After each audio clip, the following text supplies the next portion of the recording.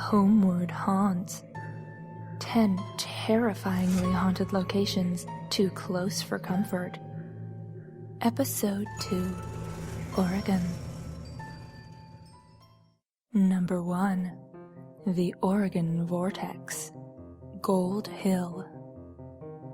The Oregon Vortex was first made famous in 1929 by English engineer John Lister, who noticed strange anomalies in the magnetic field surrounding the area.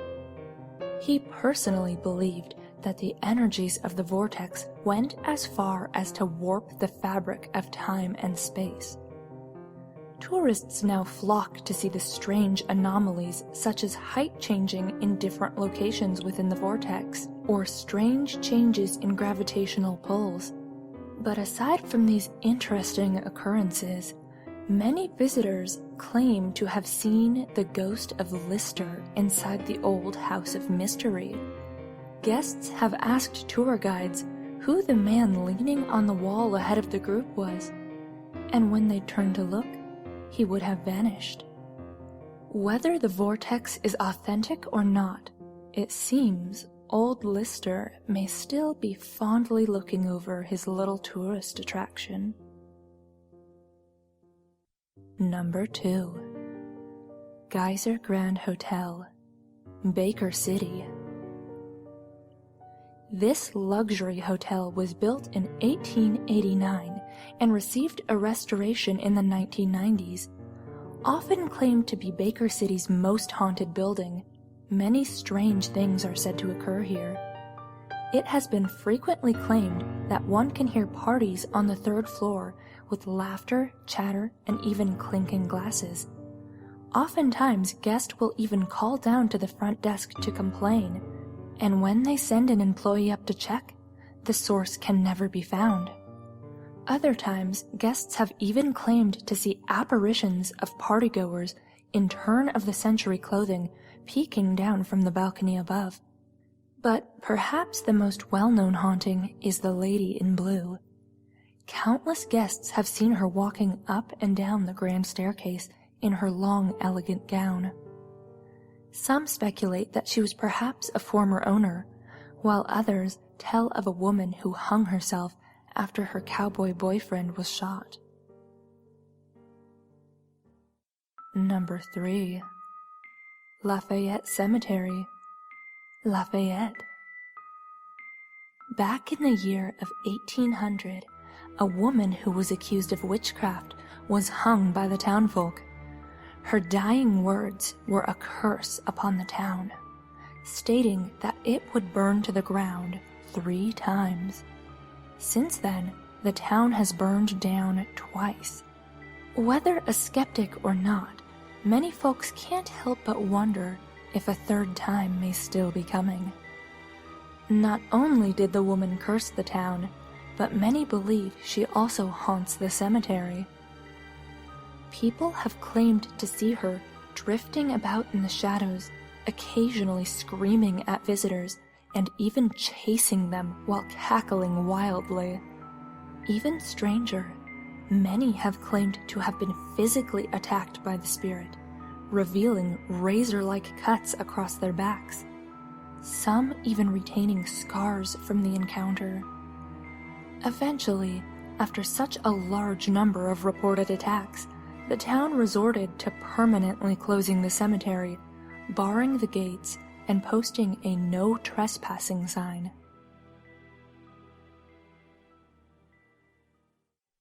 Number 4. Oregon State Hospital, Salem.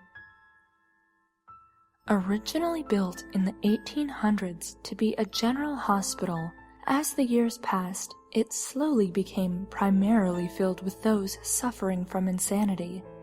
The hospital was greatly overcrowded, and many of the mentally ill were terribly abused and kept in horrible conditions. Many patients died here, and it's no wonder a dark feeling looms.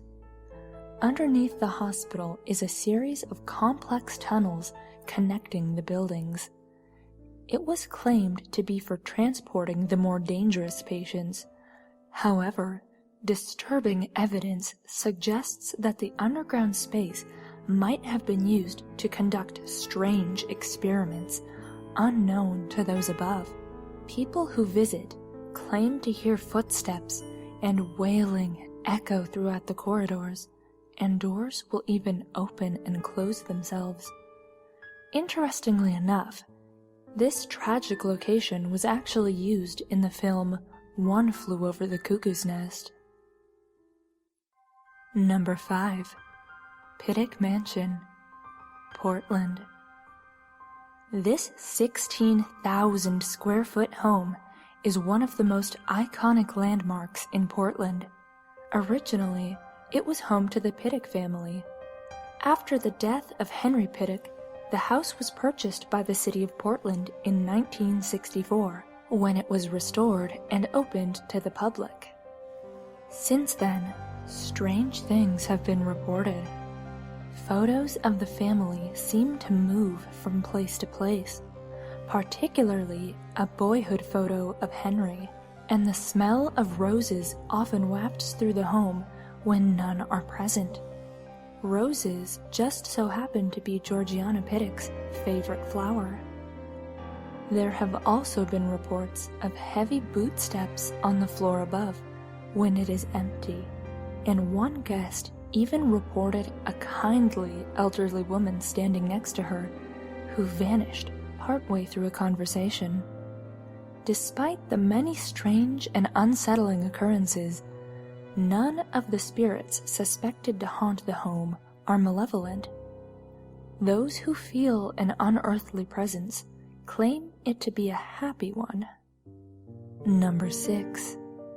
The White Eagle Saloon, Portland. Originally built in 1905 by Polish immigrants, this popular tavern is well known for its two haunts: Sam, an old housekeeper, and Rose, a prostitute who was supposedly killed at the hotel. Guests have reported seeing faces in windows, feeling cold hands touch them, feeling as though they cannot get out of bed, and their items strangely moving around the room. Employees have even claimed to have been pushed down the stairs and to smell smoke when the building is empty and free from any fire. Most interestingly, an employee by the name of Jeff stayed late one night and witnessed the menu board unhinge itself from the wall and fly across the room. He fancies himself a skeptic, but even he finds that hard to explain. Number 7. Hot Lake Hotel, La Grande. This building has a very complex history. Originally, the location had been used as a place of healing by the natives before settlers took over the land and built a hotel on the grounds in the 1840s. Later on, in the 1920s, it was converted into a medical facility that later burnt down, and then it was converted into an insane asylum and a retirement home. It stayed this way until it fell derelict and was closed down temporarily. This is when the hauntings arose. A hotel now sits there, and there are many eerie reports. There are claims of piano music roaming the halls, despite there being no piano. A gardener hanged himself behind the building, and many claim to see strange figures around the gazebo. There have also been many car crashes nearby, and a creepy, heavy fog that rolls in with no warning. This is still a functioning hotel you can stay at today if you're the adventurous type. Number 8. The Oregon Institute of Technology, Klamath Falls. The institute was abandoned for unknown reasons. Some speculate that it's related to the nearby hills, which many suspected were host to strange occult rituals. Visitors have found strange rock formations, oftentimes with animal bones in the center, occasionally still covered in blood. shadow figures are often said to be seen lurking in hallways, and strange chanting and bangs can be heard echoing in the distance. Strangely, near the entrance of the campus, there are several 30 to 40-foot poles with giant tires hanging atop that no one knows who built or where they came from. This eerie spot is quite popular with urban photographers and explorers. Number 9. The Multnomah County Poor Farm, Troutdale. In the 1900s, this was a place for the poor, sick, and homeless to live and work for their stay. Many people passed away here of natural causes.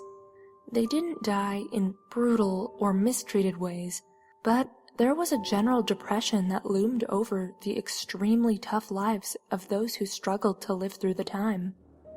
In the 1990s, the land was purchased and turned into a hotel and brewery, in which guests have reported many strange things. Room 215 in particular seems to be the most allegedly haunted, with many people leaving accounts in a booklet at the front desk. There have been claims of seeing a nurse walking the hallways, as well as shadowy apparitions, which leave a general negative feeling looming.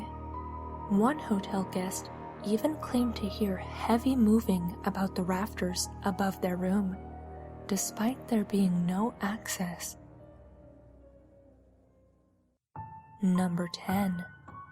The Shanghai Tunnels, Portland. In the early days, the city of Portland was a scary place. Countless men and women were tricked and drugged at bars by men known as crimps, and then taken through the tunnels below to awaiting boats, where they would be taken in as slaves. They were horribly abused, and many died in the tunnels in the small, dark rooms where they were kept before the boats even arrived. As one can imagine, the general feeling down in the tunnels is an incredibly negative one.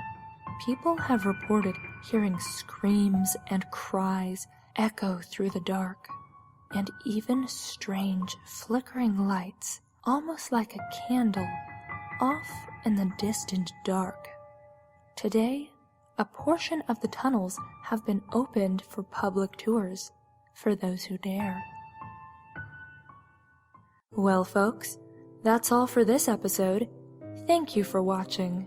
If you're a local to the state and I didn't choose your favorite allegedly haunted location, feel free to list it in the comments below. Perhaps I'll cover it another time around. That's all until next time. Until then, stay creepy.